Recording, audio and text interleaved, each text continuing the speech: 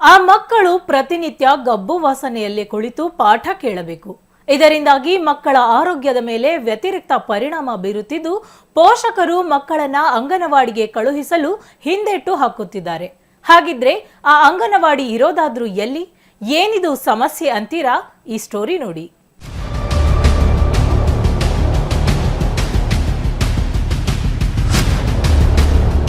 ಅಂಗನವಾಡಿ ಪಕ್ಕದಲ್ಲೇ ಕಸ ತಂದು ಹಾಕುತ್ತಿರುವ ಸಾರ್ವಜನಿಕರು.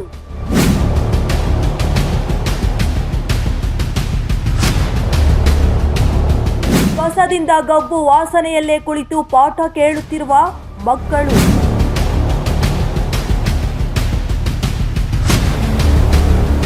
ಸಾಂಕ್ರಾಮಿಕ ರೋಗದ ಭೀತಿಯಿಂದ ಅಂಗನವಾಡಿ ಕೇಂದ್ರಕ್ಕೆ ಮಕ್ಕಳನ್ನು ಕಳುಹಿಸಲು ಪೋಷಕರು ಹಿಂದೇಟು.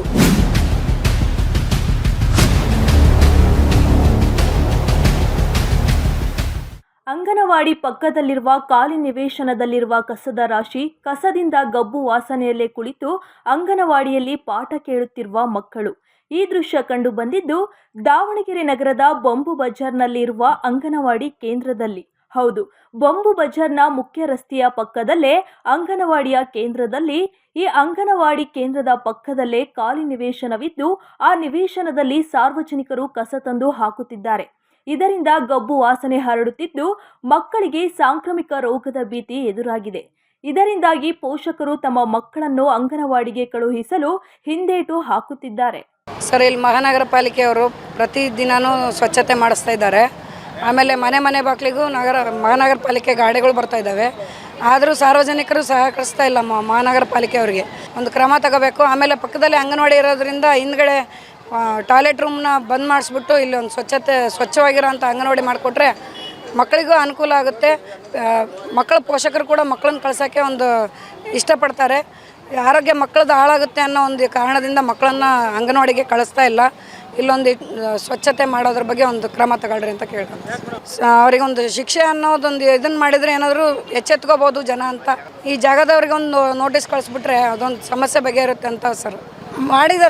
ಮಾಡಿದ್ದಾರೆ ಗಮನಕ್ಕೆ ತಗೊಂಡಿದ್ದಾರೆ. ಅಂದರೆ ಜಾಗದವ್ರು ಗಮನ ತಗೊಂಡಿಲ್ಲ, ಮಹಾನಗರ ಪಾಲಿಕೆಯವರು ತಗೊಂಡಿದ್ದಾರೆ. ಅವರು ಕ್ಲೀನ್ ಮಾಡಿಸ್ದಾಗೆಲ್ಲ ಮತ್ತೆ ಸಾರ್ವಜನಿಕರು ಬಂದು ಅದೇ ಕೆಲಸನೇ ಮಾಡ್ತಿದ್ದಾರೆ. ಹಂಗಾಗಿ ಈಗ ಈ ಜಾಗದವ್ರಿಗೆ ಒಂದು ಕ್ರಮ ತಗೊಂಡ್ರೆ ಒಂದು ಅನುಕೂಲ ಆಗುತ್ತೆ ಸರ್. ಮುನ್ಸಿಪಾಲ್ಟಿ ಕಾರ್ಯದರ್ಶರೆಲ್ಲ ಇಲ್ಲಿ ನಮಗೆ ದಯವಿಟ್ಟು ಕೇಳಿಕೊಳ್ಳೋದು ಇಷ್ಟೇ, ನಾವು ಅಂಗನವಾಡಿಗೆ ಸ್ವಚ್ಛತೆ ಕಾಪಾಡಬೇಕಂತ ನಾವು ಕೇಳಿಕೊಳ್ತೀವಿ. ದಯವಿಟ್ಟು ಎಲ್ಲರೂ ನಮಗೆ ಸಹಕರಿಸಬೇಕಂತ ಹೇಳ್ಕೊಂತೀವಿ. ಹಿರಿಯ ಅಧಿಕಾರಿಗಳೆಲ್ಲ ಮನೆಗೆ ಬಂದಾಗೆಲ್ಲ ಹೇಳಿದ್ದೀವಿ, ಮಾಡಿಸ್ತೀವಿ ಅಂತ ಹೇಳ್ತಾರೆ. ಮತ್ತು ಇದು ಹಂಗೆ ಬಿಟ್ಟಿದ್ದಾರೆ. ಯಾವಾಗ ಬಂದರೂ ನಾವು ಮಾಡಿಸ್ತೀವಿ ಅಂತಾರೆ. ಸ್ವಚ್ಛತೆ ಮಾಡ್ತಾ ಇಲ್ಲ. ಬಂದು ನಮ್ಮ ದಯವಿಟ್ಟು ಕಾಪಾಡಬೇಕು. ನಮ್ಮ ಅಂಗನವಾಡಿ ಹುಡುಗರೆಲ್ಲ ಖಾಲಿ ಬಿದ್ದಿದ್ದಾರೆ. ಈ ಸ್ವಚ್ಛತೆ ಸೊಳ್ಳೆ ಡೆಂಗೆ ಜ್ವರ ಬಂದು ಇದನ್ನು ಸ್ವಚ್ಛತೆ ಕಾಪಾಡಬೇಕು ಅಂತ ನಾವು ಕೇಳಿಕೊಳ್ತೀವಿ. ಅಂಗನವಾಡಿ ಪಕ್ಕದ ಖಾಲಿ ಜಾಗದಲ್ಲಿ ರಾತ್ರಿ ವೇಳೆಯಲ್ಲಿ ಜನರು ಕಸ ಎಸೆಯುತ್ತಿದ್ದಾರೆ. ಈ ಬಗ್ಗೆ ಮಹಾನಗರ ಪಾಲಿಕೆ, ಆರೋಗ್ಯ ಇಲಾಖೆ ಹಾಗೂ ಶಿಕ್ಷಣ ಇಲಾಖೆಗೆ ಹಲವು ಬಾರಿ ಮನವಿ ಕೂಡ ನೀಡಿದ್ದರೂ ಯಾವುದೇ ಪ್ರಯೋಜನವಾಗಿಲ್ಲ. ಅಂಗನವಾಡಿಗೆ ಬರುವ ಮಕ್ಕಳು ನಿತ್ಯವೂ ಕಸ ಚರಂಡಿಯಿಂದ ಬರುವ ದುರ್ವಾಸನೆಯಲ್ಲೇ ಕುಳಿತು ಪಾಠ ಕೇಳಬೇಕಾದ ಪರಿಸ್ಥಿತಿ ನಿರ್ಮಾಣವಾಗಿದೆ. ನಮ್ಮಲ್ಲಿ ಅಂಗನವಾಡಿ ಇರೋದ್ರಿಂದ ಇಲ್ಲಿ ಎಲ್ಲರೂ ಕಸ ತಂದು ಹಾಕ್ತಾರೆ. ಎಷ್ಟು ಹೇಳಿದ್ರು ಜನ ಕೇಳೋದಿಲ್ಲ. ನಮ್ಮ ಅಂಗನವಾಡಿ ಮಕ್ಕಳಿಗೆ ತೊಂದರೆ ಆಗುತ್ತೆ, ಇಲ್ಲಿ ಕಸ ಹಾಕಬೇಡ್ರಿ ಅಂತ. ಇವಾಗ ನೋಡಿದ್ರೆ ಡ್ಯಾಂಗ್ಯೂ, ಮಲೇರಿಯಾ ಅಂತ ಕಾಯಿಲೆಗಳು ಬರ್ತಾ ಇದ್ದಾವೆ. ನಾವು ಚಿಕ್ಕ ಮಕ್ಕಳನ್ನ ಇಟ್ಕೊಂಡು ಇಲ್ಲಿ ಸ್ಕೂಲ್ ಮಾಡ್ತಿದ್ದೀವಿ. ಎಷ್ಟು ಹೇಳಿದ್ರು ಜನ ಅರ್ಥ ಮಾಡ್ಕೊತಿಲ್ಲ. ದಯವಿಟ್ಟು ಇಲ್ಲಿ ಕಸ ಹಾಕೋದನ್ನು ನಿಲ್ಲಿಸಬೇಕು. ನಮ್ಮ ಅಂಗನವಾಡಿಗೆ ತೊಂದರೆ ಆಗುತ್ತೆ, ತುಂಬ ಸ್ಮೆಲ್ ಬರುತ್ತೆ. ಇದನ್ನು ನಾನು ಮಹಾನಗರ ಪಾಲಿಕೆಯವ್ರಿಗೆ ಕೇಳ್ಕೊತಿದ್ದೀನಿ. ದಯವಿಟ್ಟು ಇಲ್ಲಿ ಕಸ ಹಾಕೋದನ್ನು ನಿಲ್ಲಿಸ್ಬಿಡಿ. ಪಕ್ಕದಲ್ಲಿ ಚರಂಡಿ ಇದೆ, ಅದು ಸ್ಮೆಲ್ ಬರ್ತಿದೆ, ತುಂಬ ಸ್ಮೆಲ್ ಬರುತ್ತೆ. ಮಕ್ಕಳಿಗೆ ಸ್ಮೆಲ್ಲಿಂದ ನಾನಾ ರೀತಿ ಕಾಯಿಲೆಗಳು ಬರ್ತವೆ. ಹಂಗಾಗಿ ಇದನ್ನು ದಯವಿಟ್ಟು ನಿಲ್ಲಿಸಬೇಕು ಅಂತ ತಮ್ಮಲ್ಲಿ ಪ್ರಾರ್ಥಿಸ್ಕೊಳ್ಳುತ್ತೇನೆ ಸರ್. ಮಹಾನಗರ ಪಾಲಿಕೆಯವರಿಗೆ ತಿಳಿಸ್ರಿ ಅಂತ ಹೇಳ್ತಾರೆ ಸರ್. ಹೇಳಿದ್ದೀವಿ ಸರ್, ತುಂಬ ಸರಿ ಹೇಳಿದ್ದೀವಿ. ನಾವು ಇಲ್ಲಿ ಈ ಥರ ಕೌನ್ಸಿಲರ್ಗೆಲ್ಲ ಹೇಳಿದ್ದೀವಿ, ಈ ಥರ ಕಸ ಹಾಕ್ತಾರೆ, ಇದನ್ನು ತೆಗೆಸ್ರಿ ಅಂತೇಳಿ. ಆದರೂ ಯಾರೂ ಗಮನ ಹರಿಸ್ತಿಲ್ಲ ಸರ್. ದಯವಿಟ್ಟು ಇದ್ರ ಕಡೆ ಗಮನ ಹರಿಸ್ಬೇಕು ಅಂತ ಕೇಳ್ಕೊತೀವಿ ಸರ್.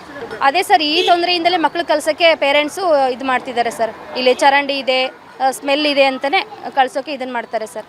ಒಟ್ಟಿನಲ್ಲಿ ಪುಟ್ಟ ಕಂದಮ್ಮಗಳು ಕಸದಿಂದ ತೊಂದರೆ ಅನುಭವಿಸುತ್ತಿದ್ದು, ಇನ್ನಾದರೂ ಸಂಬಂಧಪಟ್ಟ ಇಲಾಖೆಯವರು ಎಚ್ಚೆತ್ತುಕೊಂಡು ಕಸದಿಂದ ಮುಕ್ತಿ ನೀಡಿ ಕಂದಮ್ಮಗಳ ಶಿಕ್ಷಣಕ್ಕೆ ಅನುಕೂಲ ಮಾಡಿಕೊಡಲಿ ಎಂಬುದು ಸಾರ್ವಜನಿಕರ ಒತ್ತಾಯವಾಗಿದೆ.